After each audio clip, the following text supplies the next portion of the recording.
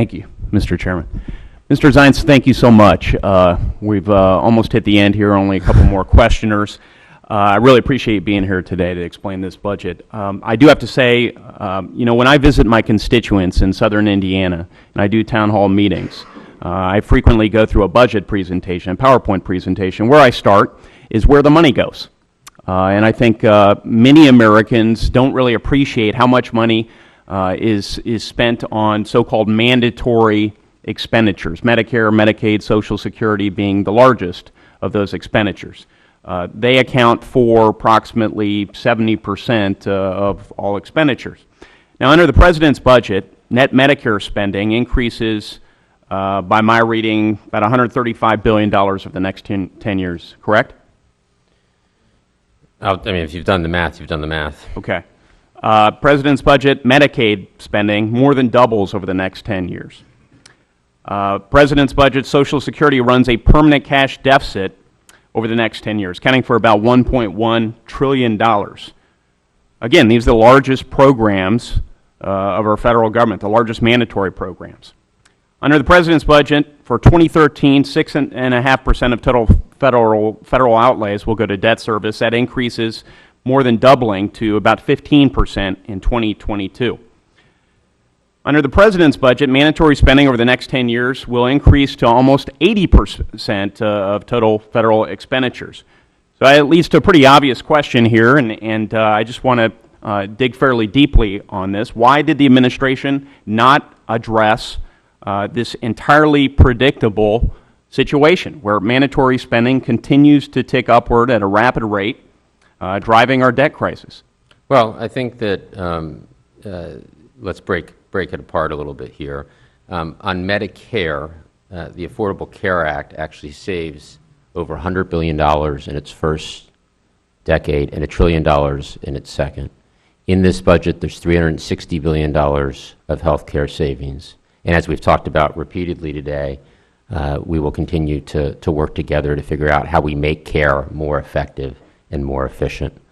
But we have a basic compact with our citizens. Agreed. So let me pivot off of that compact. And we need to make sure that we don't break that compact by creating a system of vouchers where we transfer risk to our citizens. That's not the right way to go about that. I'm going to reclaim my time here and agree that we need to maintain the trust and not break the faith with the American people. These are important programs that my constituents are demanding. We lay out a coherent plan to make them solvent, to make them sustainable. Why haven't you done that? We've made significant progress. What does that mean, significant progress? Look at the budget. This is the budget. Brings the deficit down below 3% of GDP. It stabilizes debt as a percent of GDP. It maintains that compact that we have with folks that we both believe in. Mr. Zients, I'm going to reclaim my time. A budget is a roadmap as to how you would solve these fiscal problems in the future. All right? It doesn't lay down some weak marker so that in the future we can cooperate. It's supposed to lay out an optimal plan. It's supposed to lay out, frankly, what the priorities of the administration are, what your ideas are. And then we can find compromise after that. Sir, let me continue, please. Without any specifics, you know what we're left with? We're left with talking points. We're left with political arguments.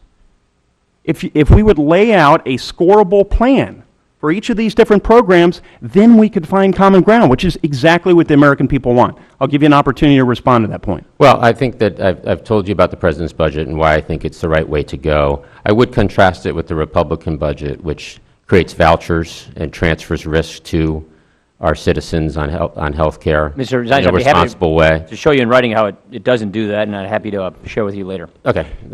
And at the same time, creates block grants for Medicaid at very, very low levels. Okay, continues. I'm going to reclaim my time because those are poll-tested talking points. Continues Sir? Tax cuts for the wealthiest Americans. Sir. That doesn't strike me as a good plan. Sir. Mr. Chairman. We have a plan. The member's question. He's trying to answer the member's question. Yep. I think it's sufficient. All right. It's not a voucher plan. It's the same plan that members of Congress have. It's Well, since frankly... the chairman interjected on the last point, I will show you why it's not at all the same plan members of Congress have. It's based on the same model of competition where plans have to compete for your business, provide more value, and you still enjoy the benefits of competition while saving the American people money. I will tell the So- gentleman the plan that members of Congress have is a much better deal in terms of shared contribution than the plan proposed by the Republican House. Since all time's expired, I look forward to seeing your plan, Mr. Van Hollen. I could go on and on. I'm going to risk the temptation. It is Mr. Langford's turn. Thank you, Mr.